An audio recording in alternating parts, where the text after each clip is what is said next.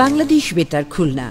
প্রিয় শ্রোতা, heat stroke হলো এমন একটি অবস্থা যা শরীরে অতিরিক্ত উত্তাপের কারণে সৃষ্টি হয়।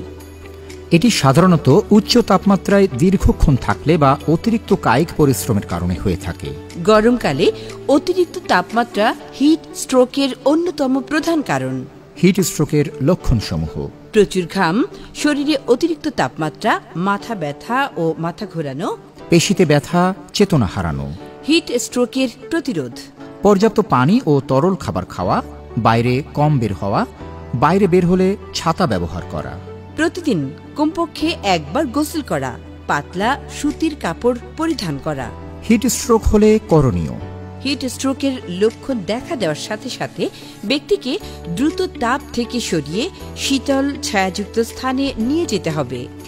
শরীর থেকে অতিরিক্ত পোশাক সরিয়ে ফেলতে হবে, ঠান্ডা পানিতে গোসল করাতে হবে, শরীর ভিজিয়ে রাখতে হবে। ব্যক্তির চারপাশে শীতল বাতাস সঞ্চালন করানোর ব্যবস্থা করতে হবে। মাথা, গলা, বগল বরফ দিয়ে ভিজিয়ে রাখুন। অবস্থার উন্নতি না হলে দ্রুত ডাক্তারের কাছে নিয়ে যেতে হবে।